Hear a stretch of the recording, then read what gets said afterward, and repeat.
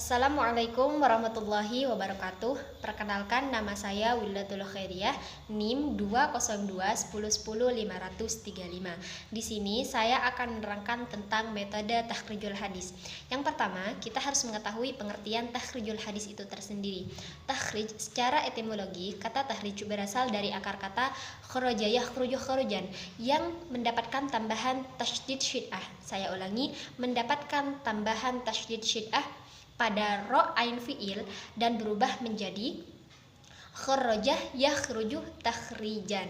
Kharajah yakhruju takhrijan yang berarti menampakkan, mengeluarkan, menerbitkan, menyebutkan dan menumbuhkan.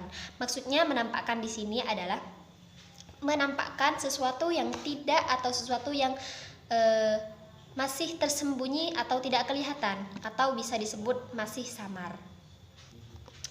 Nah, di sini definisi takhrijul hadis sendiri mempunyai beberapa definisi. Yang pertama yaitu mengemukakan hadis kepada orang banyak dengan menyebutkan para periwayatnya dalam sanad yang telah menyampaikan hadis itu dengan metode periwayatan yang mereka tempuh.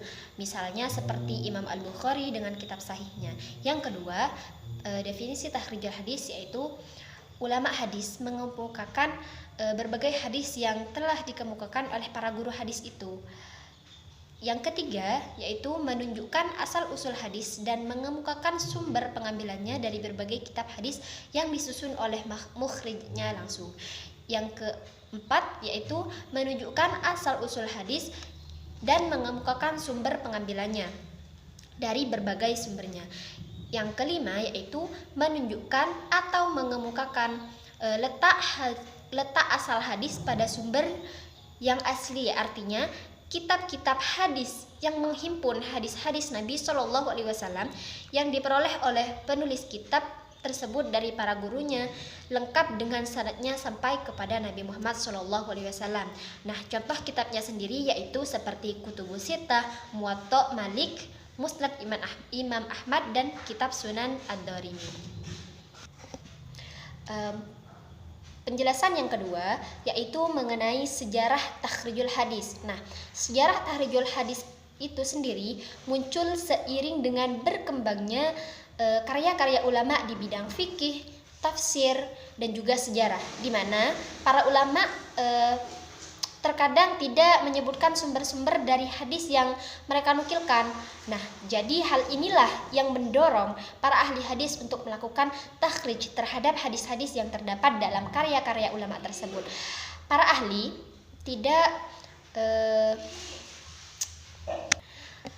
ahli hadis di sini menjelaskan dan menunjukkan sumber asli dari hadis tersebut sesuai dengan statusnya. Nah, dari kegiatan inilah lahirlah kitab-kitab hadis atau kitab takhrij yang menjelaskan sumber-sumber hadis yang dinukilkan oleh ulama dan dalam karya-karyanya. Nah, menginjak kepada penjelasan yang ketiga yaitu tentang metode takhrij hadis. Nah, metode takhrij sendiri mempunyai bermacam-macam metode. Yang ada 4 macam metode, yaitu yang pertama dengan mengetahui perawi hadis dari sahabat, yang kedua dengan mengetahui permulaan lafaz, yang ketiga yaitu dengan mengetahui kata yang jarang penggunaannya oleh orang dari bagian mana saja dari matan hadis, yang keempat yaitu dengan cara mengetahui tema pembahasan hadis jika telah diketahui tema dan objek penelitian hadis. Nah, di sini saya akan menjelaskan 4 metode tersebut. Yang pertama, dengan mengetahui perawi hadis dari sahabat, yang artinya dengan melihat sahabat yang meriwayatkan hadis yang dimaksud.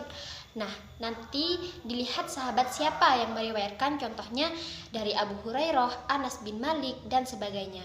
Untuk mentakhrij hadis dengan cara ini, kitab-kitab yang biasanya dipakai adalah kitab-kitab al-masanid atau kitab-kitab musnad. Dalam kitab ini menyebutkan hadis-hadis yang diriwayatkan oleh setiap sahabat. Kedua, kitab-kitab mu'jam atau al-ma'ajim. Kitab ini menyebutkan susunan hadis di dalamnya berdasarkan urutan musnad para sahabat atau syuyuk-syuyuk atau guru-guru bangsa tempat asal sesuai huruf kamus hijaiyah. Ketiga yaitu kitab Kutubul Atraf Isi kitab ini adalah kitab-kitab yang disusun berdasarkan musnad-musnad para sahabat dengan urutan nama mereka sesuai huruf kamus. Yang kedua, dengan metode mengetahui permulaan lafaz. Metode ini dapat dibantu dengan kitab-kitab yang pertama, yaitu kitab-kitab yang berisi tentang hadis-hadis yang dikenal oleh orang banyak, misalnya Ad-Durarul Muntaswirah. Yang kedua yaitu kitab-kitab hadis yang disusun berdasarkan urutan huruf kamus, misalnya Al-Jami'us Shaghir Minal Ahadisil Bashir An-Nadhir karya As-Suyuti. Yang ketiga yaitu petunjuk-petunjuk dan indeks yang disusun para ulama untuk kitab-kitab tertentu, misalnya kitab Miftah As-Sahihin karya At-Tawqadi.